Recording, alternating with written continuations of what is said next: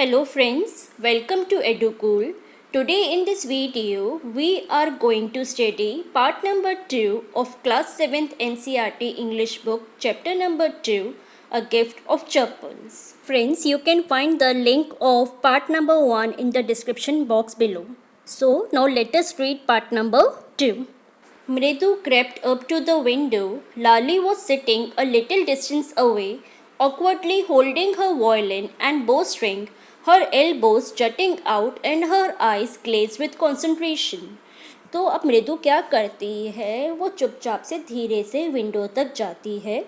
तो वो जब विंडो के अंदर झाँक के देखती है तो वो देखती है कि जो लाली होती है वो थोड़ी दूरी पर बैठी हुई होती है और उसने अपना वॉयलिन और उसकी जो बो स्ट्रिंग थी वॉयलिन की वो बहुत ही ऑकवर्डली मीन्स बहुत ही अजीब तरीके से पकड़ी हुई थी और जो लाली के एल्बोज थे वो बाहर की तरफ निकल रहे थे और उसकी आंखों में चमक थी क्योंकि वो बहुत कंसंट्रेशन के साथ वॉयलिन बजाना सीख रही थी। In front of her with most of his back to the window was the bony figure of the music master.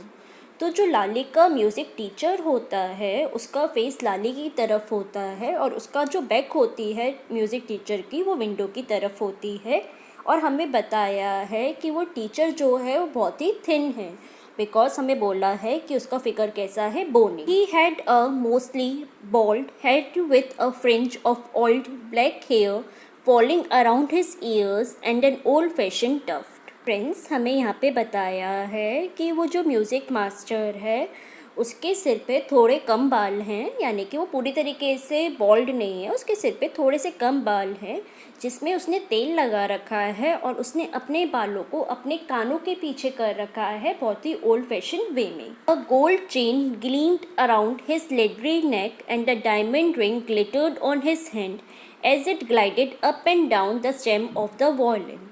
तो जो म्यूज़िक मास्टर है उसने गले में तो गोल्ड चेन पहनी हुई है और हाथों में उसने डायमंड रिंग पहनी हुई है और उसकी वो जो डायमंड रिंग है वो शाइन कर रही होती है हर वक्त जब वो अपना हाथ वॉयलिन के स्टेम पर बार बार ऊपर नीचे ग्लाइड करता है तो उसकी जो डायमंड रिंग है वो ग्लिटर कर रही है मतलब कि वो चमक रही है।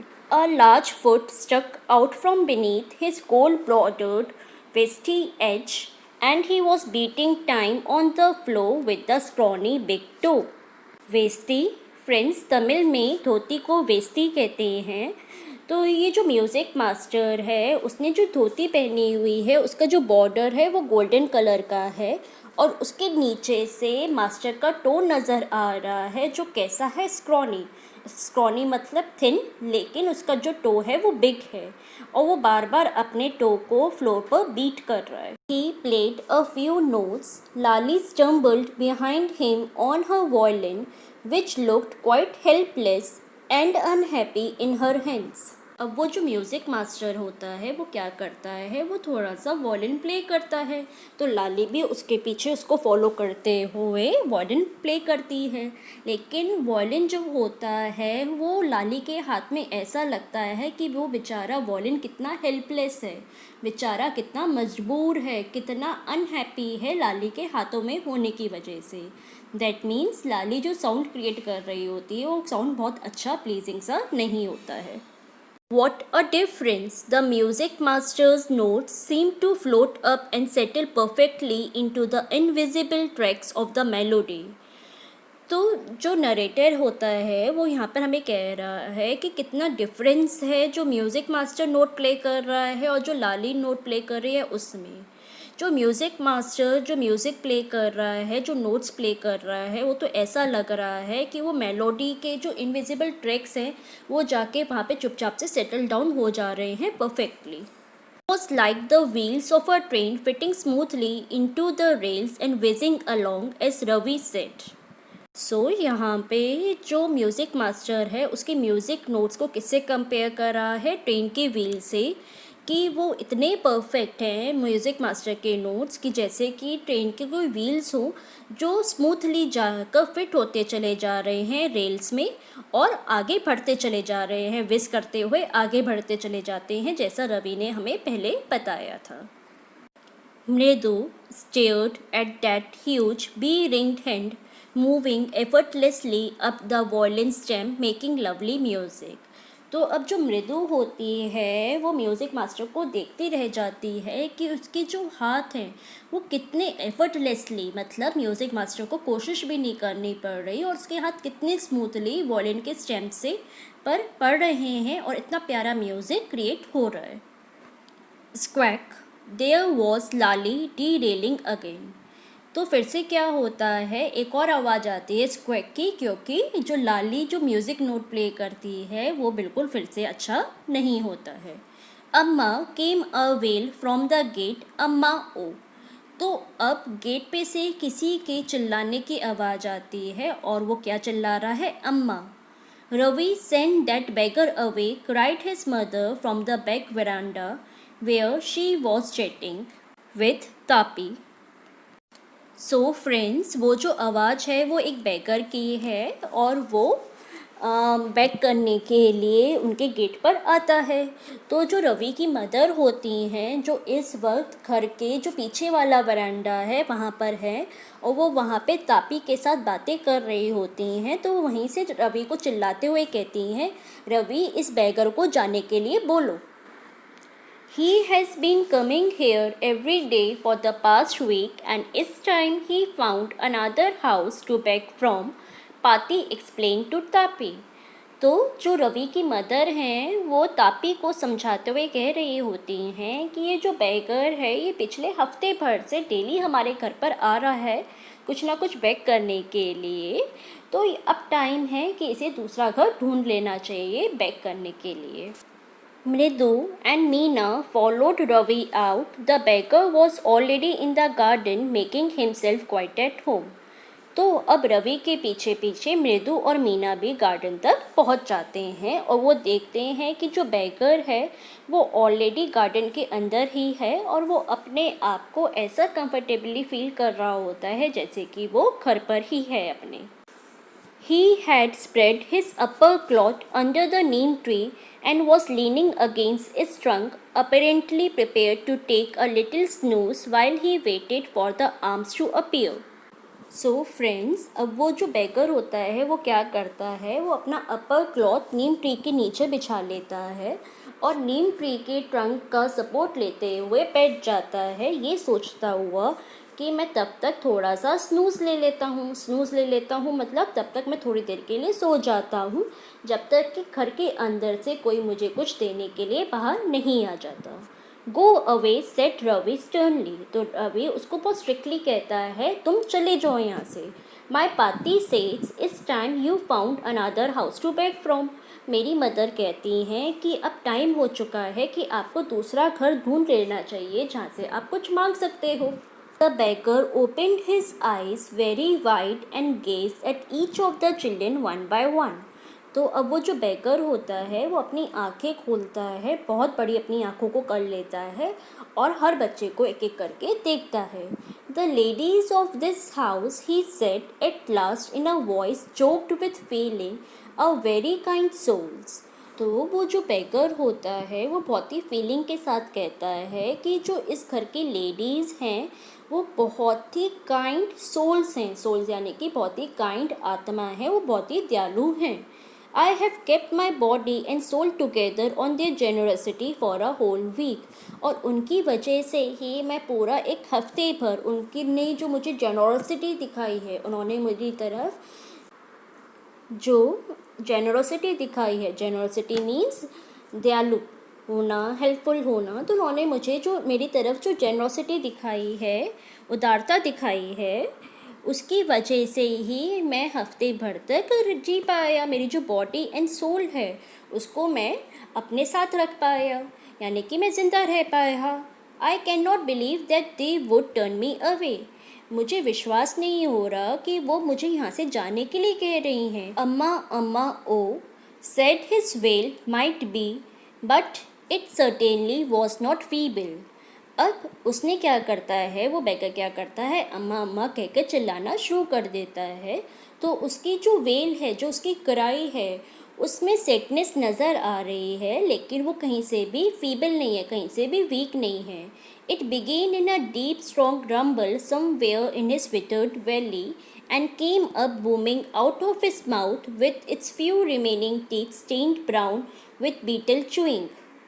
सो फ्रेंड्स, हमें बताया है कि वो जो बेगर होता है वो जो साउंड क्रिएट करता है वो साउंड कैसा होता है, डीप, स्ट्रॉन्ग और हैवी सा. रंबल मीन्स हैवी सा, जो उसकी बेली में से कहीं से, बेली यानी कि उसके स्टोमक में से कहीं से स्टार्ट हुआ था और उसके मुंह से बाहर निकला था.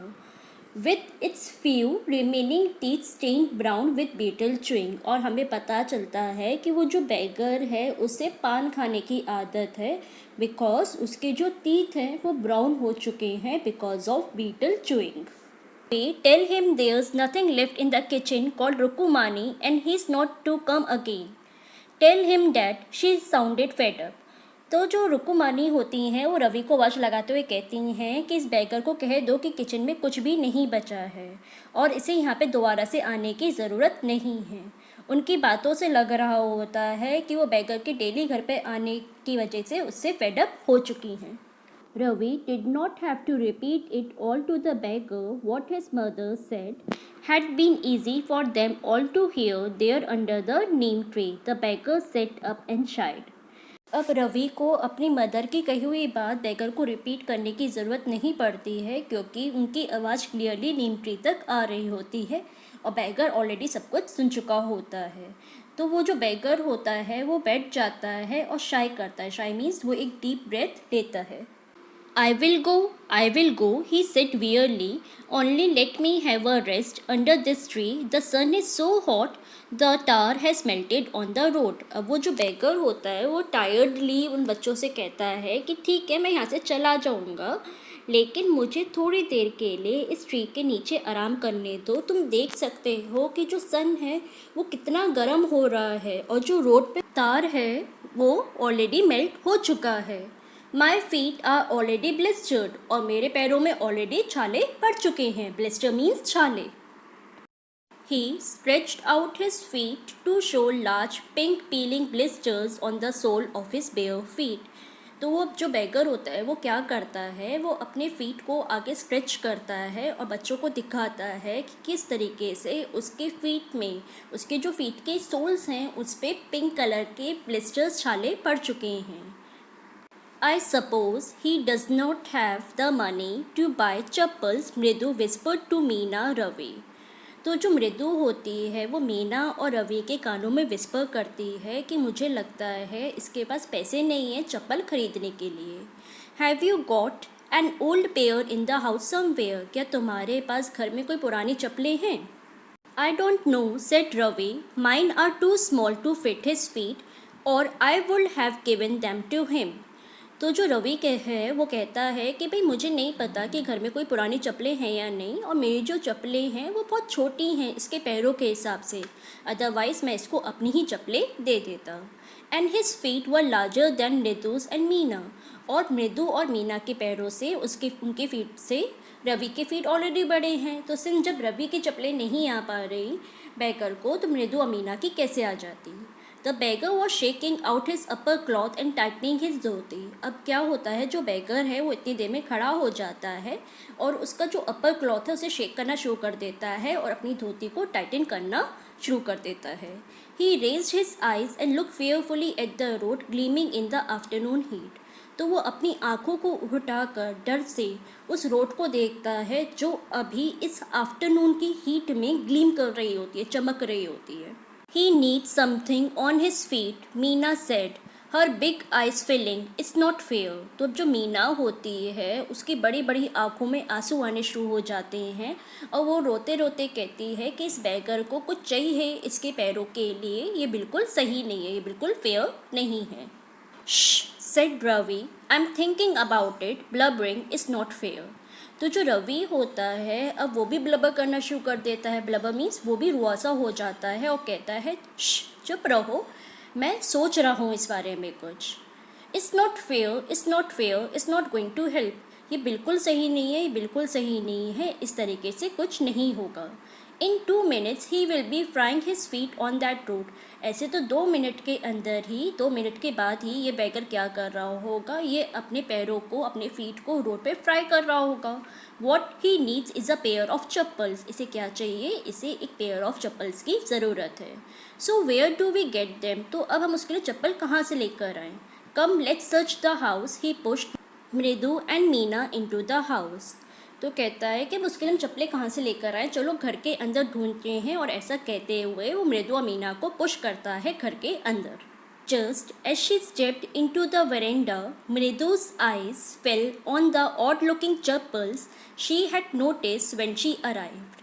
तो अब मृदु जैसे ही वरांडा में घुसती है तो उसकी आंखें एकदम से उन्हीं odd looking chappals, odd means अजीब सी जो चप्पल दिख रही होती हैं, उन पे नज़र पड़ती है उसकी, उन्हीं चप्पल पे जो उसने तब देखी थी जब वो घर के अंदर आई थी।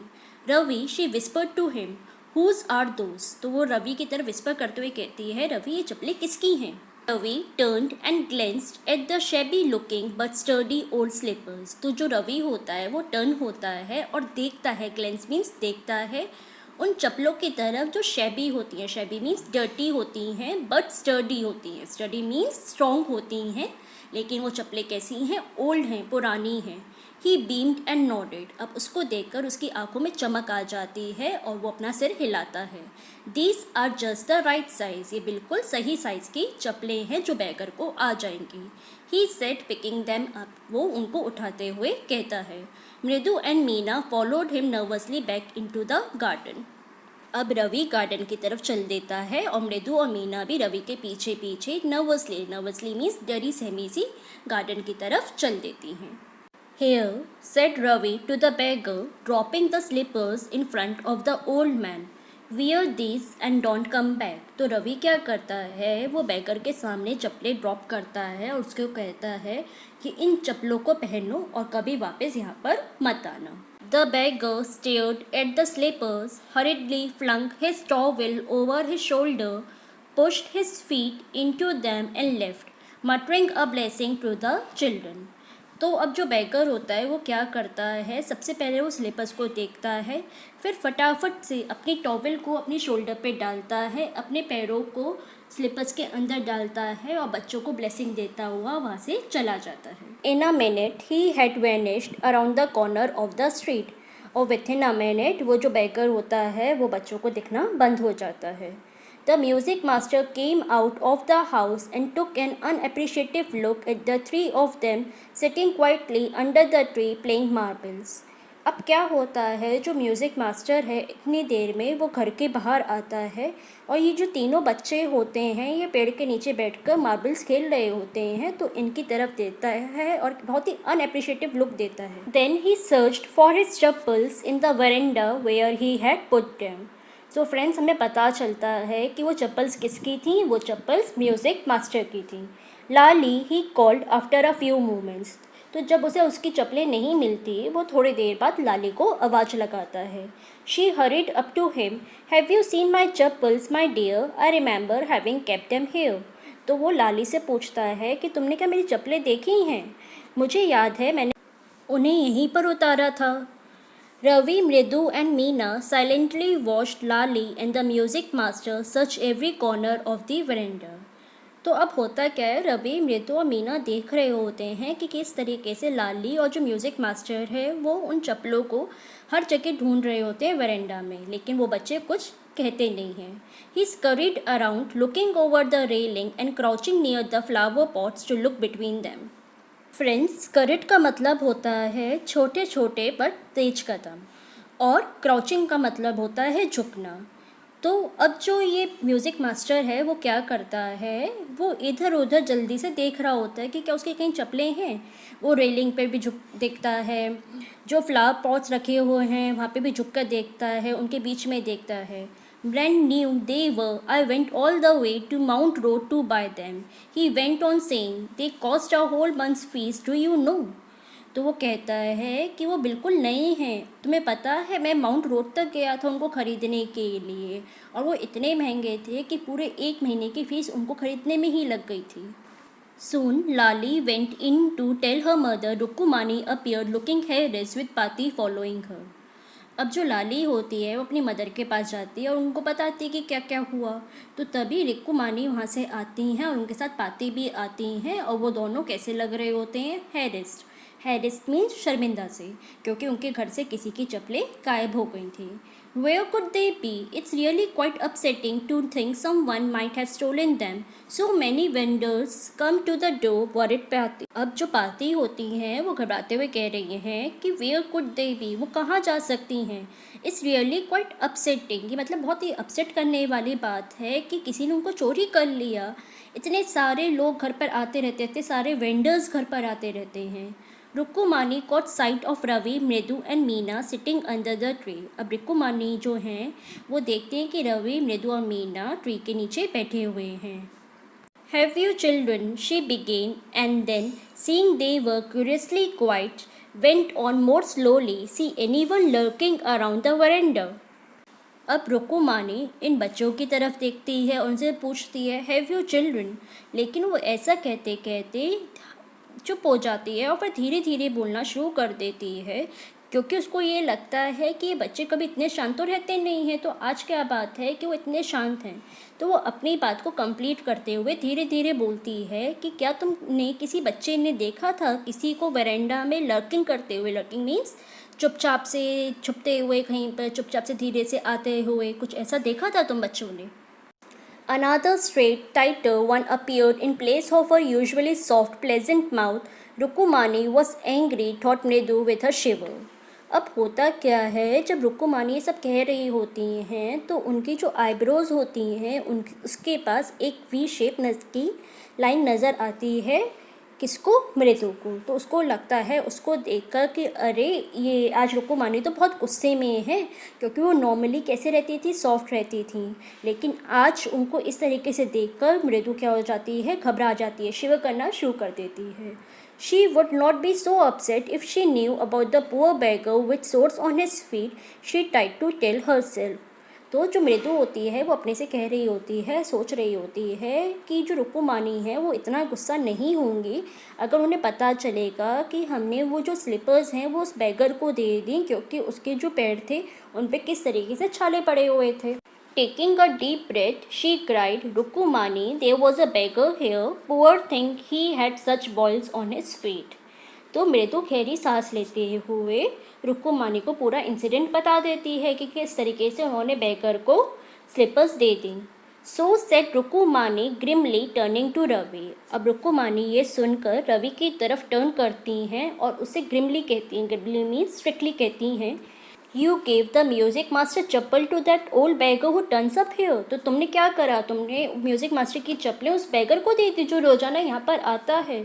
चिल्ड्रन दीज डेज ग्रोन पाती। तो पाती कहती है आजकल के बच्चे।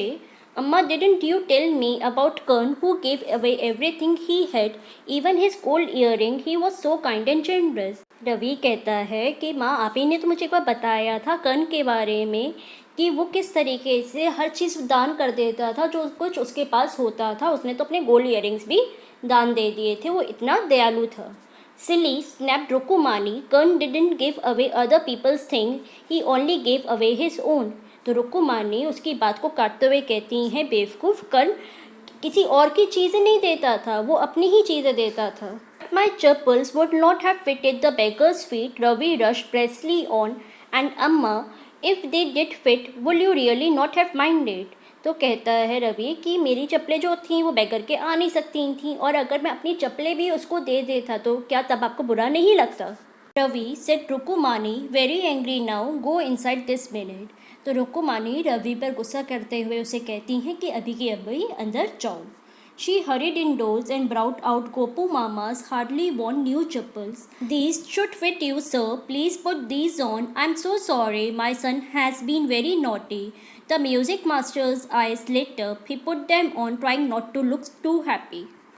अब रुक्कुमानी घर के अंदर जाती हैं और गोपू मामा की चप्पलें लाकर उनको देती हैं, म्यूज़िक मास्टर को लाकर देती हैं वो चप्पलें जो बिल्कुल नई होती हैं और गोपू मामा ने उन्हें ज़्यादा पहनी भी नहीं होती हैं। तो वो चप्पलें म्यूज़िक मास्टर को लाते हुए देती हैं और कहती हैं कि ये आपको प्रॉपरली आ जानी चाहिए। I am so sorry, my son has been very naughty, और मैं अपने बेटे की तरफ से आपसे माफ़ी मांगती हूँ। तो चप्पलों को देखकर जो म्यूज़िक मास्टर होता है उसकी आंखों में चमक आ जाती है, क्योंकि उसकी चप्पलें तो पुरानी होती हैं और ये चप्पलें बिल्कुल नई थी।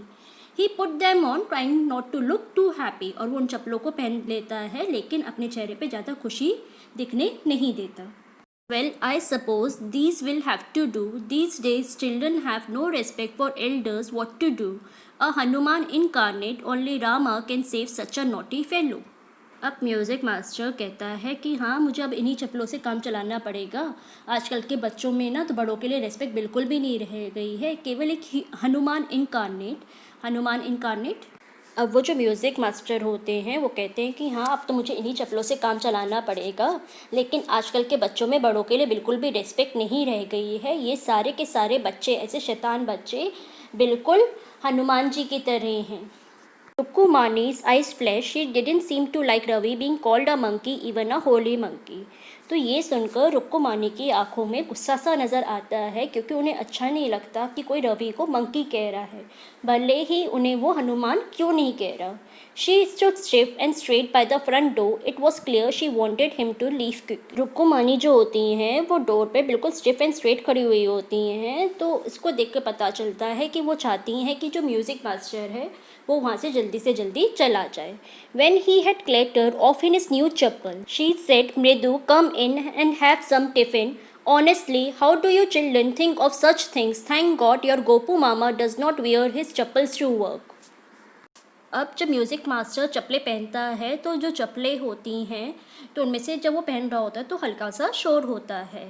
तो रुकुमानी तभी मृदु को आवाज़ लगाते हुए कहती हैं कि मृदु, आ जाओ, थोड़ा सा टिफ़िन खा लो। ऑनेस्टली मुझे नहीं पता कि तुम बच्चे ऐसी चीज़ें कैसे सोच लेते हो। वो तो अच्छी बात है कि तुम्हारे गोपू मामा अपनी चप्पलें अपने काम पर पहनकर नहीं जाते। As she walked towards the kitchen with Mridu and Maina, she suddenly began to laugh. तो जैसे ही वो किचन की तरफ बढ़ रही होती हैं मृदु और मीना के साथ, तो एकदम से हंसना शुरू कर देती हैं। But he is always in such a hurry to throw off his shoes and socks and get in to his chappals as soon as he comes home.